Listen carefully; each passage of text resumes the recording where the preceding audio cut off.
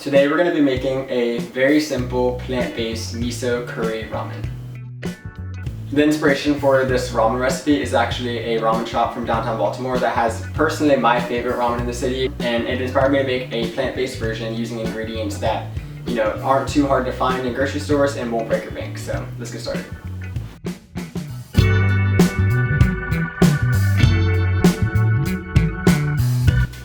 Okay, so we're going to start by grabbing 4 cloves of garlic.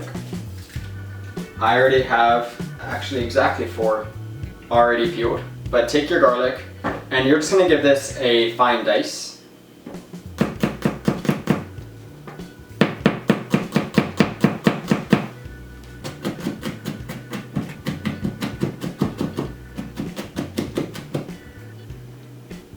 We're going to add just a little bit of oil to a pan.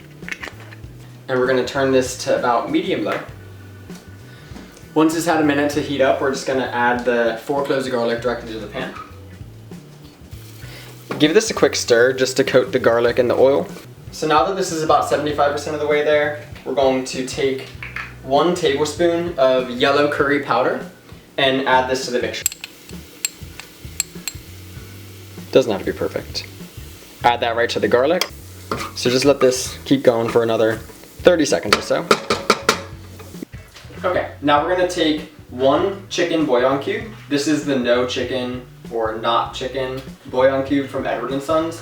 I found this at Sprouts. You can usually find these in a lot of grocery stores, but if you don't have no chicken bouillon, vegetable broth is absolutely a okay substitute. Actually, the first time I was developing this recipe, I made it with vegetable broth and it turned out perfectly fine. So I happen to like the flavor of the no chicken broth just a little bit more.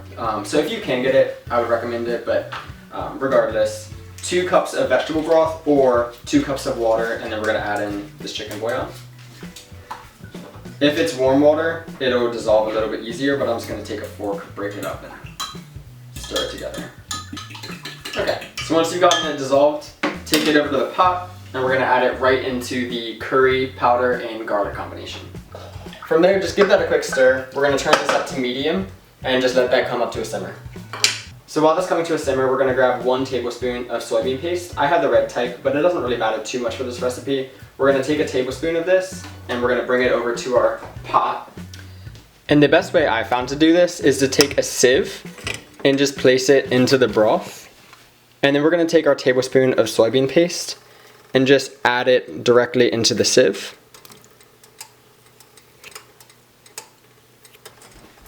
And then we can take our fork and gently stir it in the sieve, careful that it doesn't creep over, and force it through the fine mesh. This way you don't have any clumps of miso in the ramen.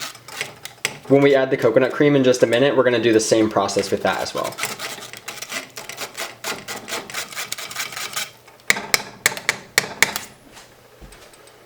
So for this recipe, you can really use any coconut cream. Just make sure it's coconut cream and not coconut milk. And then also just check the back and make sure there's no sugar on it, because some coconut creams are made for baking and they actually are pretty high in sugar. So you definitely don't want that in your ramen broth. But as long as it's, you know, coconut and water are the 2 main ingredients in it, you should be good to go. And then we're going to do the same process here. Just gotta give it a stir until the liquid starts falling through and it kind of is just the cream on top.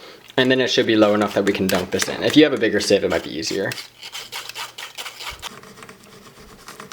So I'm just resting this so the broth is slightly higher than the base of the sieve and shaking it back and forth and just kind of breaking up that cream.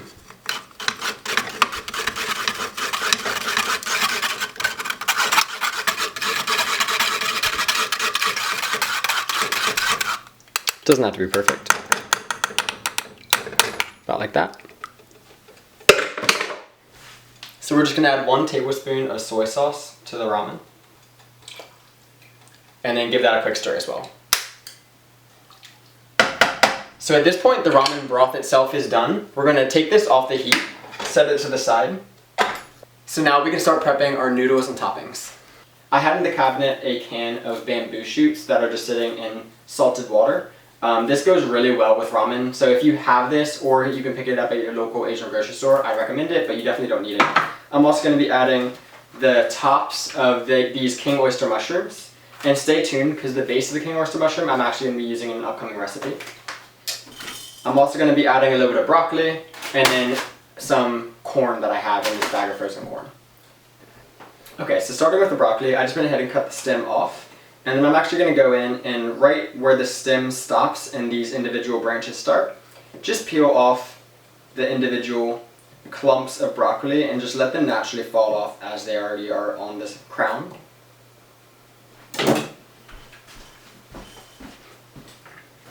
And then quickly chop up these king oyster mushroom heads.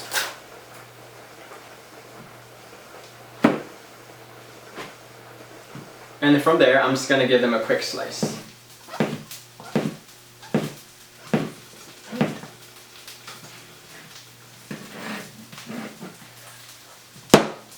So while I was cutting the broccoli, the water came to a boil, so I'm just going to add my ramen noodles to the water. You can make the ramen noodles as you need them, so I'm making it for my fiance and I, so I'm just going to add 2 packs of ramen noodles.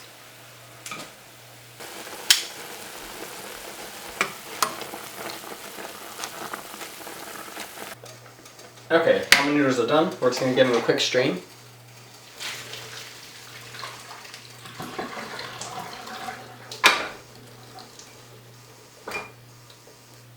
Set these aside. Alright, starting with the broccoli, we're just going to add a little bit of oil to the pan. Turn it on medium heat. And there's no wrong way to do this. I'm just going to go ahead and add these to the oil and give them a quick saute. If you'd rather blanch them, boil them, steam them, whatever you want to do.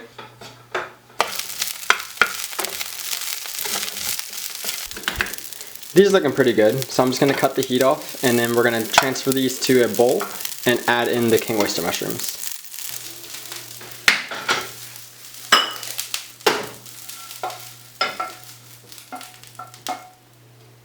We're going to give the pan a quick wipe down just to get any of that excess oil off of there. We're starting with a dry pan. And then we're going to kick this back on to low medium. So my favorite way to cook these is actually just to add them straight to the dry pan. And we're going to let these go without any fat added to them until we hear this sizzling noise die down just a little bit. And then we're going to flip them, wait until the sizzling noise dies down.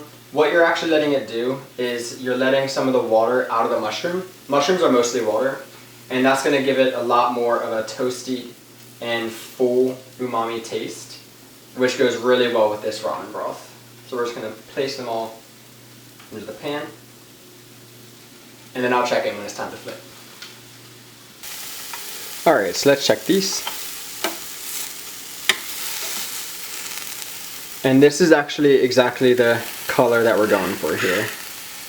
So we're going to go ahead and flip all of these and let them achieve this exact color on the other side as well.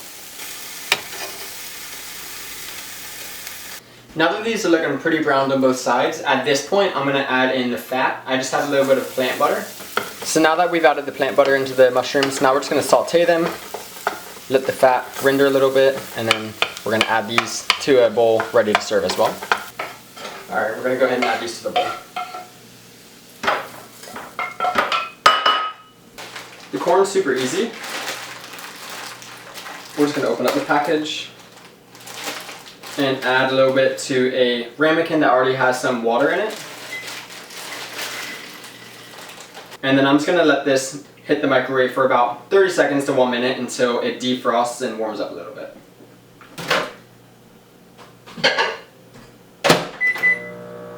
For the bamboo shoots, super easy peasy, just open up the container and drain them out into a sieve. And that's all my veggies, so now we're ready to plate. Alright, to plate this, I just got a bowl of the ramen broth, and we're going to go ahead and add in our noodles.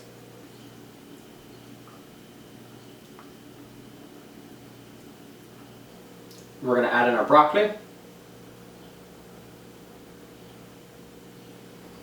bamboo shoots, handful of the oyster mushrooms. We're going to go ahead and add in the corn.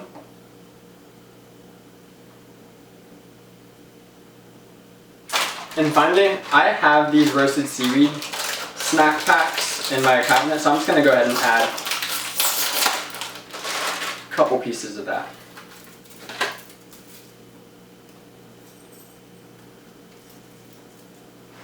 And here it is, our creamy miso curry ramen.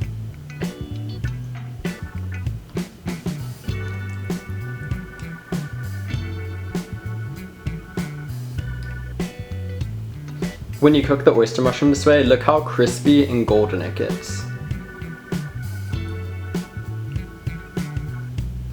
Alright, just try it. It's perfect. Especially if you want it extra creamy, what you can do is take the ramen noodles and cook them to al dente, maybe 75% of the way there.